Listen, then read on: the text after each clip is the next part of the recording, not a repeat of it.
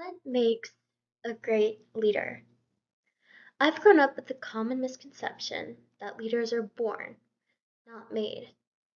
I thought being a leader meant having all the answers, being the most extroverted, and not showing emotion.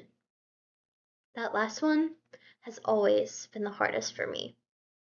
Through many experiences under leadership, especially those that left me angry and disappointed, I've learned that true leadership isn't defined by power, but by influence.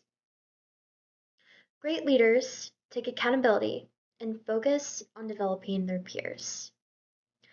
I've dealt with my fair share of good and bad leaders in my 19 years of life. Looking back, what differentiated the two wasn't what they did, but what they didn't do. What's the saying? You won't remember what someone did, but how they made you feel. Great leaders take accountability. The most frustrating thing you can deal with while being under leadership is when the person in charge can't admit when they are wrong. My high school cheer coach did. My high school cheer coach was like this, and it made my experience unenjoyable. She had made it clear that I couldn't trust her. I no longer looked at her as a leader by my senior year. She made me second guess my love of cheerleading. At the end of the day, the leader is responsible for whatever the group does or fails to do. They're the people who keep a level head when things get tough, but a firm and steady grasp on the situation when things are a little more loose. It's all about being able to take a breath and decide. You might have made a wrong decision, but that's not what defines you as a leader. Leaders don't need to know it all. They just need to be able to admit when they are wrong. When leaders take accountability for their actions and decisions, it builds trust with the team and allows everyone to feel more secure and confident. Focus on developing peers. Back home, I've taught preschool gymnastics, tumblebees, for 4 years to children ages 3 to 6. Our department leader, Casey, always emphasized the difference between managing and leading.